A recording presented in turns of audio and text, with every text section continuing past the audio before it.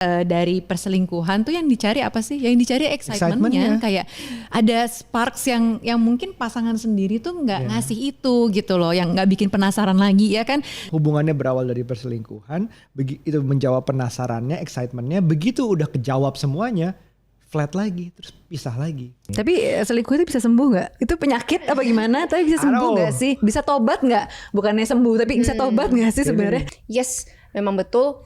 Si relasi itu atau kondisi hubungannya menjadi salah satu faktor, tapi tetap yang membuat keputusan untuk berselingkuh kan dia. Iya. Kan banyak juga kan orang yang punya problem di dalam pernikahannya, tapi mungkin tidak selingkuh, mungkin pergi ke psikolog. Apakah itu karena kebiasaan selingkuhnya juga seperti itu? Kalau laki-laki lebih sering ke fisik, kalau perempuan emosional, benar nggak? Makanya ketakutan mereka adalah seperti itu.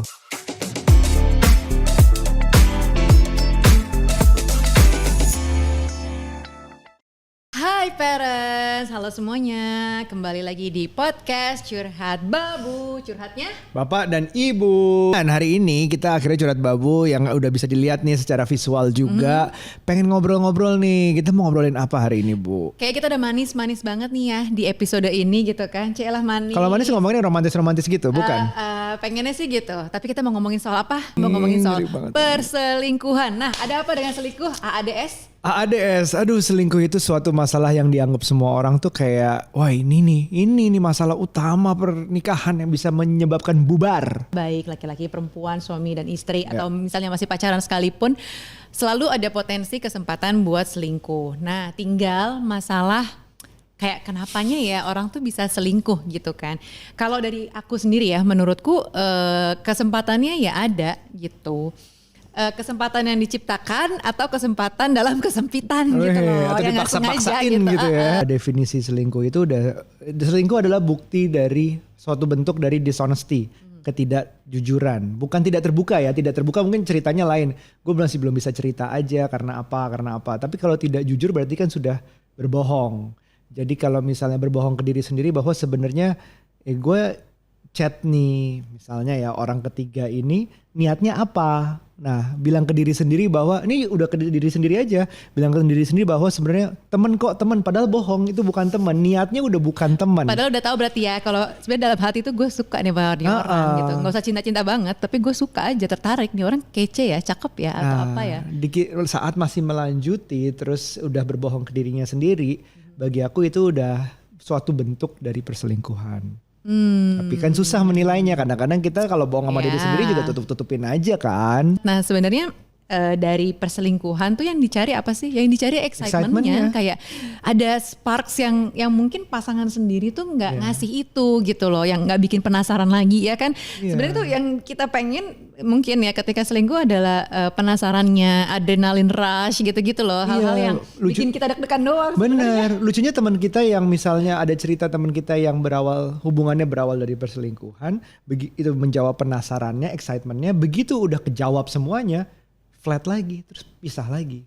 Benar. Itu juga beberapa kali terjadi bahwa sebenarnya apa sih yang dicari dari perselingkuhan itu, karena tidak happy dengan yang dasarnya, atau cuman karena cari excitement, atau dua-duanya, atau memang benar dia ternyata lah yang jawaban dari semua masalah gue. Ya mungkin aja, tapi itu juga sering terjadi bahwa di awalnya aja seru. Nah, secara nih kan di sini udah psikolog gitu. Nah, kalau dari teori psikologi sebenarnya ketika kita gremet-gremet ngelihat lawan jenis, itu tuh apakah didefinisikan sebagai selingkuh atau enggak? Nah, dalam konteksnya orang ini real ada sama di televisi gitu. Nah, itu gimana? Oke. Iya, gini, kita perlu membedakan antara perselingkuhan dengan attraction. Atau ketertarikan gitu. Kita bisa memutuskan untuk tidak berselingkuh alias setia sama pasangan kita. Tapi mungkin yang lebih kita tidak bisa kendalikan adalah attraction atau ketertarikan kita sama orang lain. Ibaratnya ginilah, walaupun kita misalkan sudah menikah, terus kita nonton film yang menurut kita orangnya ganteng atau orangnya cantik, ya kita bisa bilang dia ganteng dan dia cantik gitu. Dan saya seneng liatnya gitu. Tapi bukan berarti itu akhirnya kita sudah memutuskan untuk berselingkuh gitu kan. karena komitmen saya kan masih sama pasangan sebenarnya. Tapi kontrolnya gimana tuh? Misalnya yang ditonton kebetulan misalnya film Indonesia yang orangnya tuh ya ada lah dalam satu negara lah. Bisa dicari itu ya, bisa dicari. Atau penyanyi lah yang akhirnya sampai konsernya kita kejar. Nah, sampai dibela-belain kayak gitu tuh gimana berarti? Selingkuh gak sih? Nah, itu balik lagi ke masing-masing juga. Menurut si pasangan ini berdua itu batasan selingkuh tuh seperti apa? Itu juga penting sebenarnya untuk didiskusikan. Karena belum tentu nih kita pacaran sama orang atau menikah sama orang, belum tentu kita punya definisi selingkuh yang sama dengan dia. Kayak misalnya, contohnya nggak tahu ya masih zaman nonton Friends nggak ya di sini? Kalau Friends udah di cancel sekarang nih gara-gara beda generasi.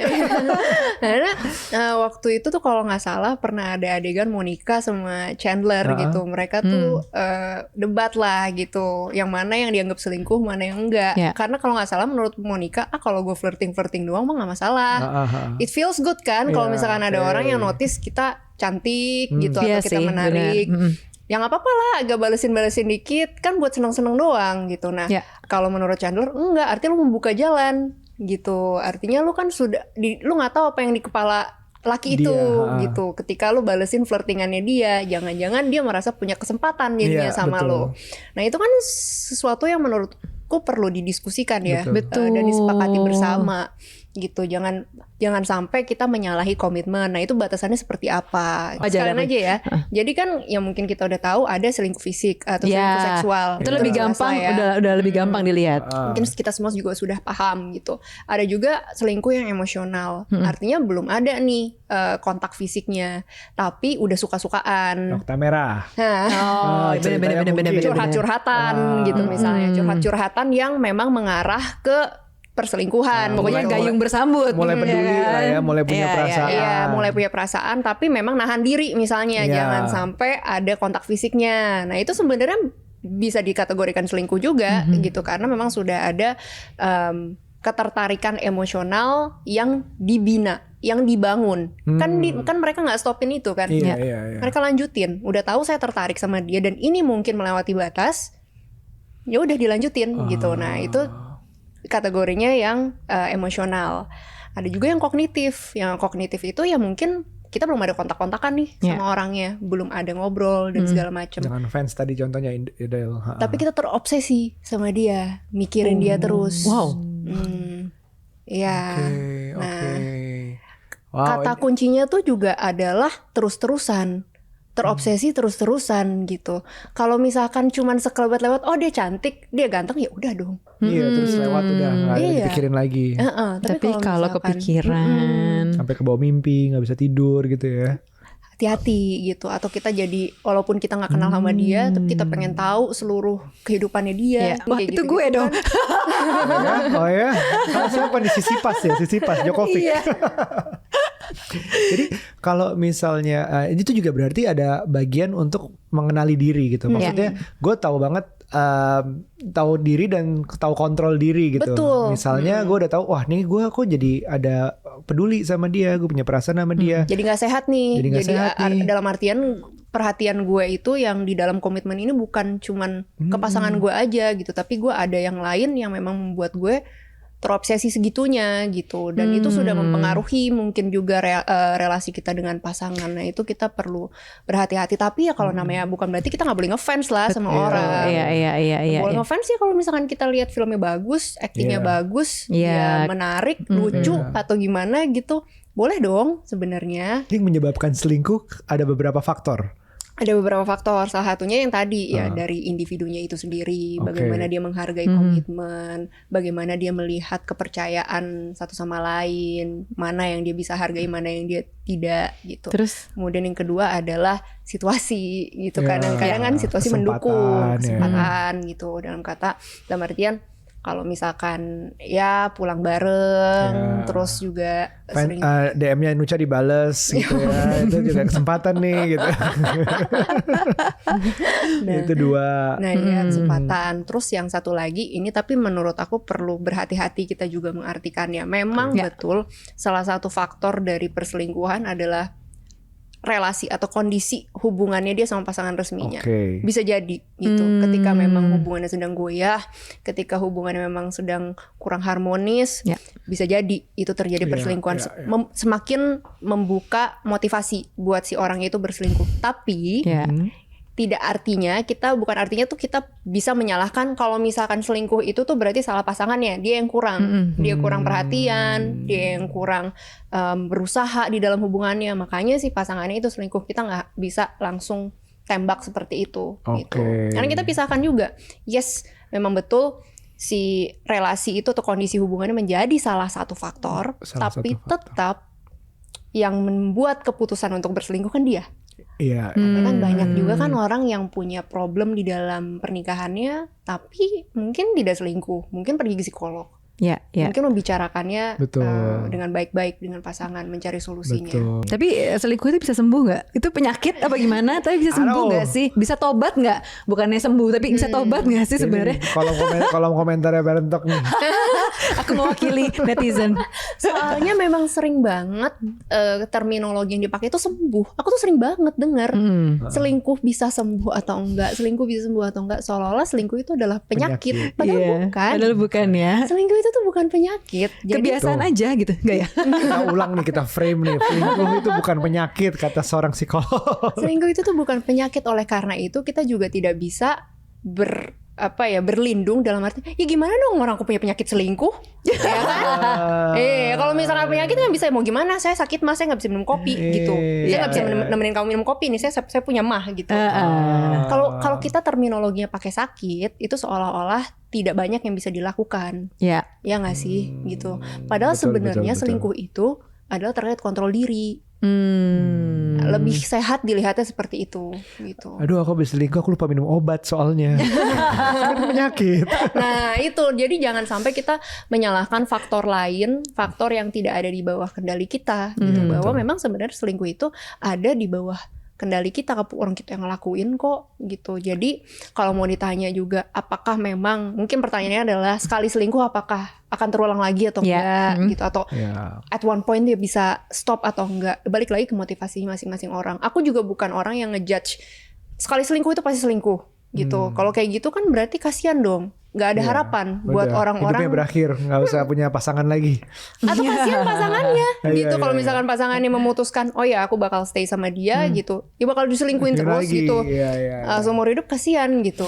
Jadi itu sesuatu yang polanya bisa diubah kalau misalkan ada kemauan, Betul. ada keinginan juga untuk mempertanyakan kenapa sih saya punya pola seperti ini, kenapa sih saya berselingkuh in the first place. Iya. Iya. Itu kan perlu Itu ada akarnya kesadaran ya. loh. Iya benar Iya. sih. Karena ada juga orang yang berselingkuh karena mungkin ya ke perasaan dia ingin dihargai, ingin dipuji, ingin sama orang yang baru ini kan juga di shower dengan perhatian dan segala macam gitu. Iya. Dia mau merasa feels good gitu tentang dirinya sendiri. Nah kalau misalkan itu akarnya, mungkin dia perlu menyelesaikan kenapa ya saya selalu butuh afirmasi itu dari orang lain. Nah sebenarnya jadi kalau aku lihat-lihat ini tuh permasalahan yang memang common lah di kita bahwa kita sibuk dengan pikiran kita masing-masing gitu ya. Kita berasumsi ini dan itu, menebak-nebak, terus si pasangan juga melakukan hal yang sama gitu kan. Nah, itu assumption kills sih. iya benar. Nah itu tuh sebenarnya juga kita belajar dari marriage counselor tentang hal itu gitu ya. Tentang gimana ternyata itu asumsi, dugaan-dugaan doang. Padahal aku gak pernah mengkonfront atau menanyakan dulu gitu. Benar. Semakin lama kita menikah, semakin lama kita bersama, kadang-kadang kita ngerasa bahwa gue udah tahu lo. Pokoknya lo tuh pasti gak mau deh. Gue atau misalnya di pikiran kamu, Nucha pasti bakal marah banget deh. Padahal sebenarnya mungkin kalau dibahas jadinya lebih baik misalnya gitu. Benar. Tapi kita sibuk dengan pikiran kita sendiri.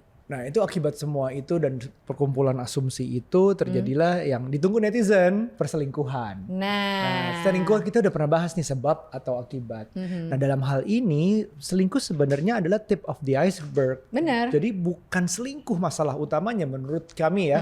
Karena sebenarnya selingkuh nggak akan terjadi itu tuh kayak gak akan terjadi kalau nggak bawahnya tuh itu. Tapi artinya juga sebenarnya definisi selingkuhnya itu beda-beda ya. Iya, betul. Menurutku kalau ngeliat kayak gitu ya memang selingkuh juga, karena perasaan lo udah tertarik sama nih orang. Dengan lo tertarik aja tuh naik kereta bareng lah di bawah payung lihat-lihatan. Kan nggak mungkin kalau friends. Kalau kamu coba sama teman kamu, hai di bawah ini emang mau? Itu berawal kan? dari kamu udah berapa lama sama dia? Iya. Itu kalau nggak ada nih. Bener sih. Ya kan itu kan udah pribadi. Kalau awalnya kan hubungan kerjaan gitu. Iya, nggak Kamu usah udah berapa nanya-nanya lama lah ya. gitu. Bener. Oh udah mas ini emang gitu. Ya udah mulai curhat deh. Iya, nggak usah lah. Well, kalau bukti-bukti itu menurutku kayak sampai bersentuhan atau apa segala macam Nggak ada itu cuma bukti sih. berlaku di pengadilan sih menurutku. Bener. Kalau misalnya memang mau cerai, mau membuktikan, mau gono gini, mau apa segala macam.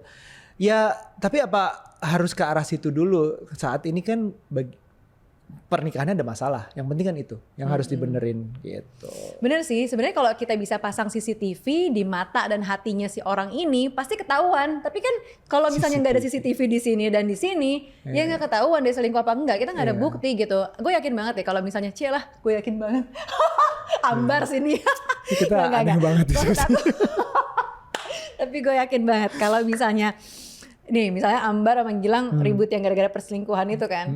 Terus Mas Gilangnya misalnya bilang, mana aku nggak ada buktinya kan kalau aku selingkuh misalnya gitu kan. Emang nggak ada dong. Pertama kan kita dinain dulu ya laki-laki ya, dinain dulu. Gitu kan, nggak ada gitu kan lah. Kalau misalnya ada CCTV-nya kan si Ambar bisa bilang, coba buka CCTV-nya gitu. Pasti kelihatan kan di hatinya duduk diterjemahkan. Coba lihat chat WA kamu, coba lihat. Ngapain nih nanya-nanya udah berapa lama sama si itu gitu. Ngapain coba telepon malam-malam? Maaf mas, tadi malam saya ketiduran. Ada apa telepon tadi malam? Ya, ngapain kamu telepon malam-malam? Ngapain telepon malam-malam ngomongin gitu. kerjaan kan kayak nggak make sense tuh. Kalau mau berdalih nggak bisa gitu ya.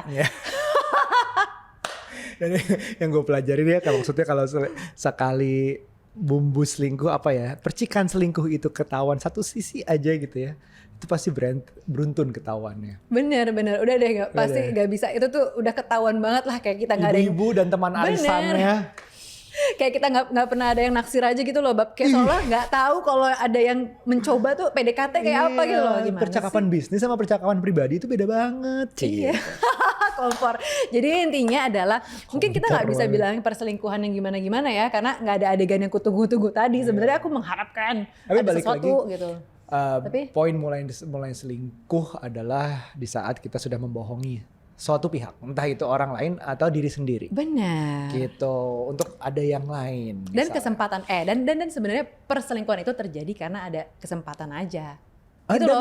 Karena dan masalah lainnya itu masalah lainnya itu tuh maksudnya sebagai kesempatan, karena kan gue udah ngerasa males nih sama lo macem-macem lagi mikirin tentang gue macem-macem itu kan kayak jadinya kesempatan. Ngapain mama kamu minta duit ke aku? Ya ngapain kamu curhat sama mama kamu? Ya mama kamu duluan. Iya. Nggak, ini bukan adegan sebenarnya ya. Itu di film doang loh.